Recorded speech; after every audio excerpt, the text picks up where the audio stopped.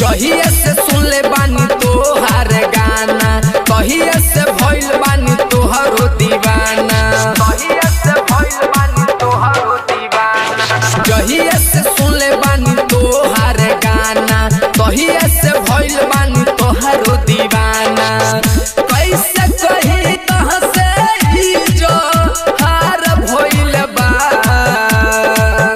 कैसे कही कहाँ से ई जो हार भइल बा। शिल्पी राज हो, शिल्पी राज हो, ए शिल्पी राज हो, तोहरा से प्यार भइल बा। शिल्पी राज हो, तोहरा से प्यार भइल बा। शिल्पी राज हो, तोहरा से प्यार भइल बा।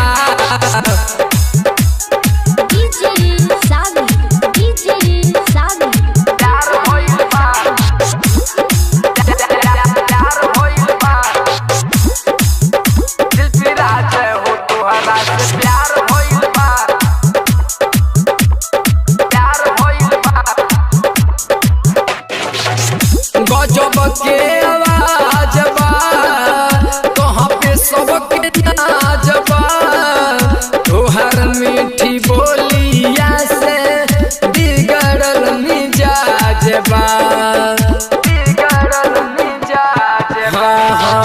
गजब के आवाज बा, तोहाँ पे सबके नाज बा। तोहर मीठी बोलिया से बिगड़ल मिजाज बा। तोहर की समतिया से तार भइल बा, तोहर की समतिया से तार भइल बा। शिल्पी राज हो, शिल्पी राज हो, ए शिल्पी राज हो, तोहरा से प्यार भइल बा। शिल्पी राज हो, तोहरा से प्यार भइल बा।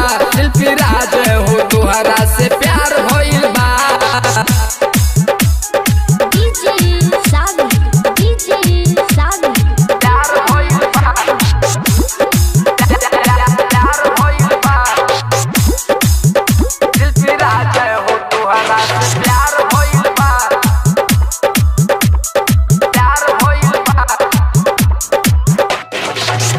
तू ही हमर जान बारू, तू ही अरमान हो।